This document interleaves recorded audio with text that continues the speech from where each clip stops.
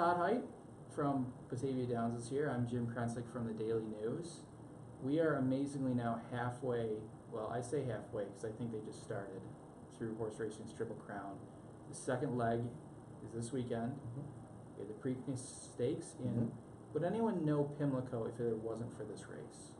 Probably not. Pimlico is hardly ever used anymore. It used to be a very popular track. Most of the track now in Maryland is at Laurel Park, and Pimlico I think is only open about 14 days this year. It is very fun to say though, Pimlico. It is very fun to say, and between you and me there is talk that they may actually shift the Preakness away from Pimlico to Laurel.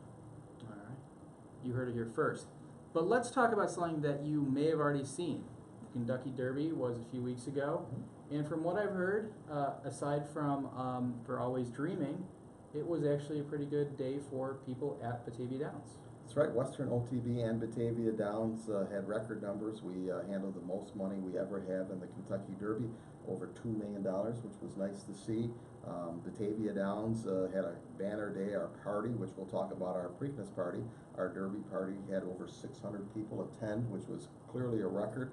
We sold every mint julep we could make. Hundreds of mint juleps were sold at just $5. And also, what was amazing is on Batavia Bets, in just 2 days, we opened up over 700 new accounts. So it was a record day at Western OTB and Batavia Downs Gaming. So I want to thank all your viewers for that. So did anybody leave that night wealthy beyond their wildest dreams? Well, that's the allure of this. That's right. The horse wins, but you could win too. It's about the money, right? Well, I did say with Nick a couple weeks ago that I didn't think we'd have as many winners as we normally have for the Derby, because people in Western New York do very well on this race.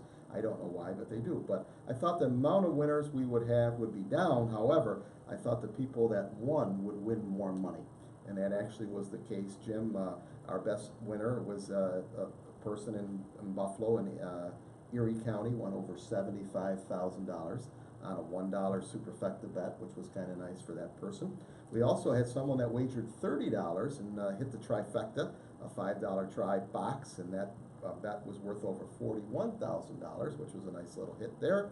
But I think the most impressive winner on the Kentucky Derby was somebody on BataviaBets.com who wagered just 50 cents and turned that 50 cents into $4,100, hitting the trifecta, getting 1/4 of the 16,000 tries. So that is how you play the horses, Jim.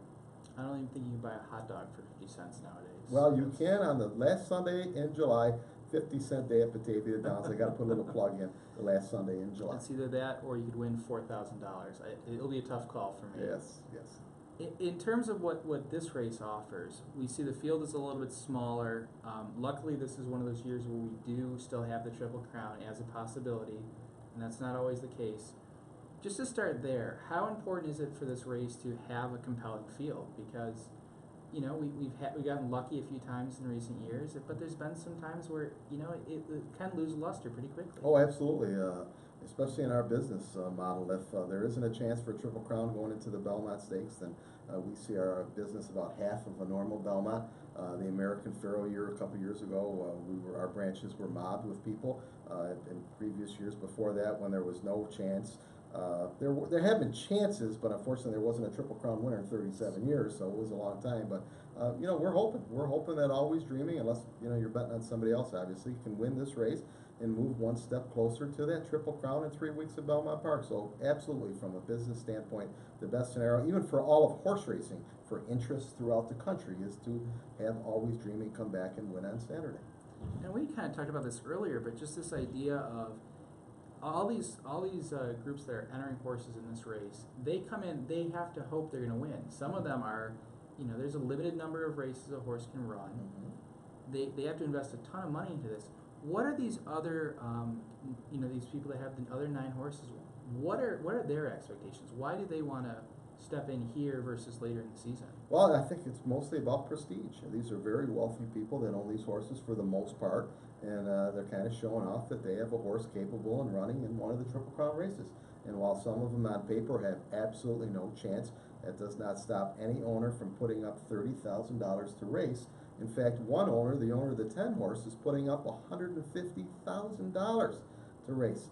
So it's not cheap to race in these Triple Crown races. So I guess the question immediately becomes, how do you get rich this time? Is there a method? So I guess I can cross off. Is it conquest mo money? You're saying Conquest that, mo all money. right, no chance there. If that wins though, I might have to throw $1 on that just in case. It is a New York bred, so if you like New York wines and stuff, maybe that's your horse. All right, Horse New York. That's right. Governor's new program. That's right. So where should we be looking this weekend, and kind of where would you say where's the smart money? Well, I think the smart money's probably going to be on the favorite, the 4-5 morning line favorite, the Derby winner, Always Dreaming. He was just so impressive. Not only did he handle that awful track in Louisville, but he did it with style. He ran fast. That was his best race of his career, and he acted properly. He was sharp out of the gate. He got a great ride. And the knock, however, and listen, when you play the horses, there's always pros and cons, just like anything else. The knock may be that jockey John Velasquez has won the Derby in Belmont. He's never won the Preakness, nor has his trainer, who's won the Derby twice. He's won the Belmont. He's never won the Preakness. So who knows? Maybe Saturday will be the day for both of them. But clearly, based on the Kentucky Derby and the outstanding performance, the 4-horse Always Dreaming, the horse to beat. All right.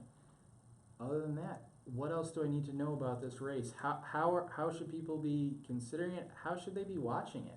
Well, you need to know that if you go to OTB, the branches you can bet on Friday, post time or the branches open 11 o'clock on Friday, and you can wager right until the branches close at 10 p.m. And then on Saturday, Preakness Stakes Day, we'll open up all the OTB branches at 10 a.m. You can go to any OTB, you can wager right until post time, which is 6:24. Or if you come out to Batavia Downs, we'll have our Preakness party, same deal as the Derby actually. For just $10, you get your choice of 5 or 6 different food items. You'll get a free wager on the Preakness, and you'll get your $10 back in game and free play. So really, what do you have to lose? You can try one of those delicious black-eyed Susans. To me, I like the black-eyed Susan much better than the mint julep. I'm not a big mint julep fan, but we did sell a lot of them. The way to make money, Jim, is you really can't bet the 4-horse to win. He's going to pay $3.60 to win for a $2 bet. So you have to come up with some exactas, trifectas. Now, history shows that even though some of these big long shots probably won't win, sometimes they'll run second and sometimes they'll run third. So when you're handicapping this race, I would key the 4-horse Always Dreaming to win. I would also expect the 5 Classic Empire, the 2-year-old champion, to run well. He had a horrible trip in the Derby. And then I would use other horses for third, maybe the 6 Guinevere, certainly the 3 Hence. And I would not leave out your 10-horse, the New York bred Conquest Mo Money. So we bring that back in. Todd, thank you so much. You're welcome. I'll have to figure out how I can use this to my advantage. A little inside info. That's right. See me at Batavia Downs. If you have questions, we'll answer. All right. All right, Thanks, guys. Todd. You're welcome.